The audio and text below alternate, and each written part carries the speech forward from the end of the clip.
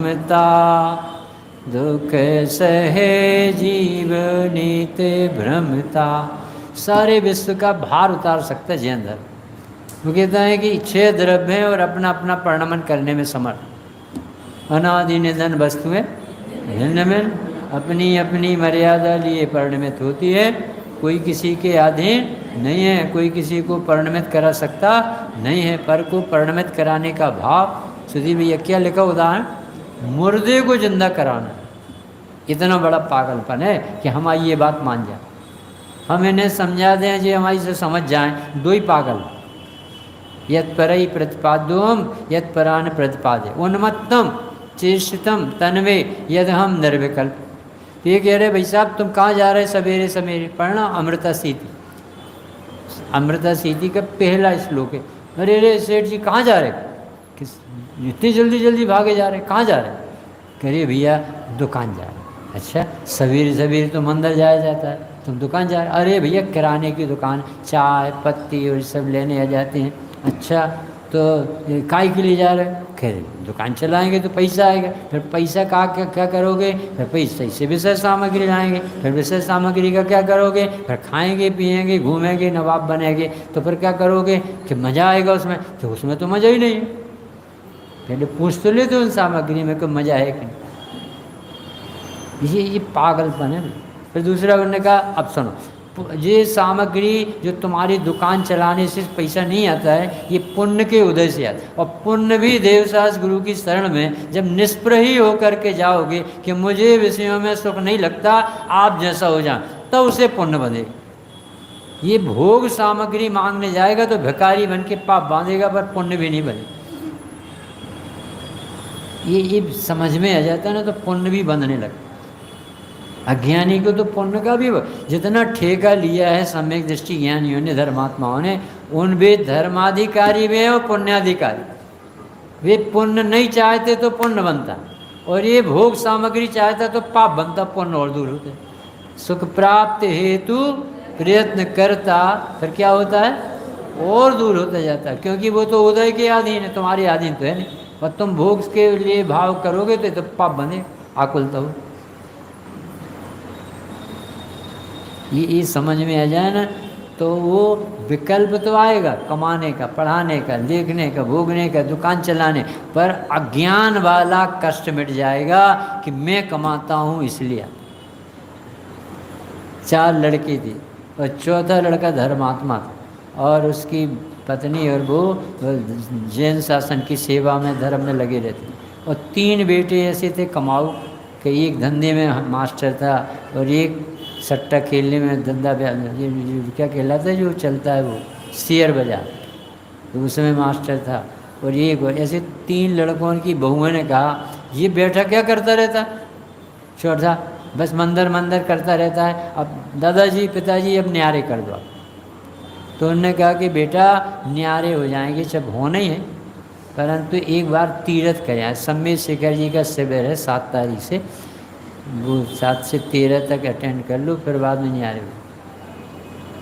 तो सबसे बड़े बेटे को जो बहुत कमाऊ था, उसे 100 रुपये दी कि जा तुम राशन पानी जो सामग्री लगती थी सब्जी लेके आ। अब वो चतुर था धंधा करने में, तो उसने 100 के कोई सामान लिया, वो दूसरों में बेचा, और 100 का सामान लाया, 100 पापा के देखो ये बेटा। उनकी पत्नी कह रही जो आपका बेटा है, बड़ा बेटा, देखो 100 दिए, वापस कर दिए वो सामान। अच्छा बेटा। दूसरे दिन पनागर में रुके, और दूसरे बेटे को दिया कि जा बेटा 100 रुपये के सामान। तो उसने नंबर लगाया, से उसके 500 हो गए। इसने तो 100 दिए, इसने तो 400 और वापस कर दिया। ये तो और ही गजब का कमाओ। ऐसे तीनों बेटों को तो ऐसे नोट देते थे, और वो बढ़ा चढ़ा के आते। चौथे बेटे को दिया, जा बेटा तुम 100 रुपये ले जाओ। सुबह गए तो सबसे पहले ढूंढा कि मुमुक्षु मंडल कहाँ, तो वहाँ पर आए, पूजन की, बढ़िया स्वाध्याय किया, और वे भूल ही गए कि हमें 100 रुपये दिए थे। ऐसे बैठे स्वाध्याय में, क्या गजब है, आत्मा भगवान, ये तो परद्रव्य को छूता है नहीं, कर्म का उदय कर्म में आता है, जिसे तो कर्म का प्रभावित भूल गए हो कि मुझे क्या काम।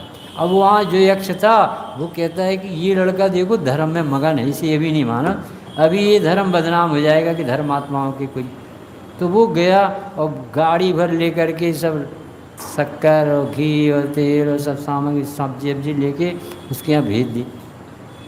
अब उसे जब 12 बजे सामायिक के बाद उठा, एकदम से घबराए, पिताजी क्या सोचते हो। पहुंचा, पापा बहुत गलती हो गई, आज तो मंदिर में ऐसा मन लगा, मुझे याद ही नहीं रही कि आपने क्या काम किया। कि बेटा तुम ही तो आए थे सब सामान देकर। कि हम मैं कब आया, मैं तो मंदिर से आराम से। कि जी देखो सब आया सब सामान। अब भी 3 बहुएं और 3 बेटा थे, इसने हाथ भी नहीं लगाया और ढेलक गया। और भी रोज रोज 100 की 200 करे, वो समझ रहा था आई एम किंग। ये तुम्हारे हाथ में नहीं दादा, ये बच्चा अपने भोजन लेके आता है, यदि पुण्य ना हो ना है तो ये चक्रवर्ती भी भूखा फिर सकता है, 3 खंड का अधिपति प्यासा मारे। और पुण्य का उदय हो ना तो नारियल में जैसे पानी आ जाता है ऐसा आ जाता है, ये एक भी छेद नहीं नारियल में, और देखो कैसा भरा रहता है। और पाप का उदय आता तो केंथा में से जैसे उसका दूध निकल जाता है ना, ऐसे हाथी के पेट में से केंथा डालो ना तो पूरा केंथा सी निकल जाता है, उसका लिक्विड पूरा निकल जाता। ऐसा धन चला जाएगा पाप के उदय में, बड़े बड़े सब माटी में मिले। अपना अहंकार तोड़ोगे जब एक ज्ञायक दिखेगा। क्या कह रहे, कुछ कह रहे बाबू जी, ऐसे नहीं पढ़ रहे अपन बिना मतलब। ये कह रहे हैं कि जितनी दुकान चलाते हो ना, जितना पाप बांधते हो, उससे ज़्यादा नहीं चलाओगे तो पुण्य बढ़ जाएगा, अपने आप चलेगी। पर विश्वास कैसे करें। ये तो कहता है जब मैं बैठता हूँ तब चलती, इसीलिए तो तुम बैठे ही रहो ज़िंदगी भर, तुम अपने में बैठे ही नहीं पाओगे, क्योंकि तुमने कसम ही खा ली कि मेरे करने से चले। अब तुम्हें ऐसा धंधा मिलेगा ज़िंदगी भर तुम्हें काम करवाए, क्योंकि पाप बांधते रहते। और ये जो जिनेंद्र देव का भगत कभी दुखी नहीं होता, भूत हर आंकते हैं। अरे जहाँ मुनीश्वर जाते रतन बरसते, वो कुछ नहीं करते। जतीश भाई आए थे अपने यहाँ, उन्होंने सुना है कि छोटा भाई वो रत्न बरसे तो लेने दो। तो बड़ा भाई बोला कि अरे जरा ठहरो ठहरो भाई, सुनो तो, जिनके आने पर रतन बरसते हैं उनके भीतर कौन सी रतन होगी, ये तो पूछ लो कभी। ये समझ में नहीं आता। ये जीव दिन भर चाकरी में अपने को बहुत सुपीरियर मान रहा कि हम करतूत हैं इस घर में, इसलिए इतना सब चल रहा। ये कह रहे भाई साहब, ये जड़ के ही स्वामी बनना, जड़ होने की तैयारी। जड़ चेतन की सब परिणति प्रभु, अपने अपने में होती है। ये कमाई हो रही तो अपने योग्यता से हो रही। पुण्य का उदय निमित्त बनता है, पुण्य भी धर्मी जीव को बनता है। धर्मी जीव पंच परमेष्टि का भगत होता है, वो जब भोग नहीं चाहता तब ऐसा पुण्य बन। पढ़ना भक्तांबर के ऊपर प्रवचन स्वामी जी।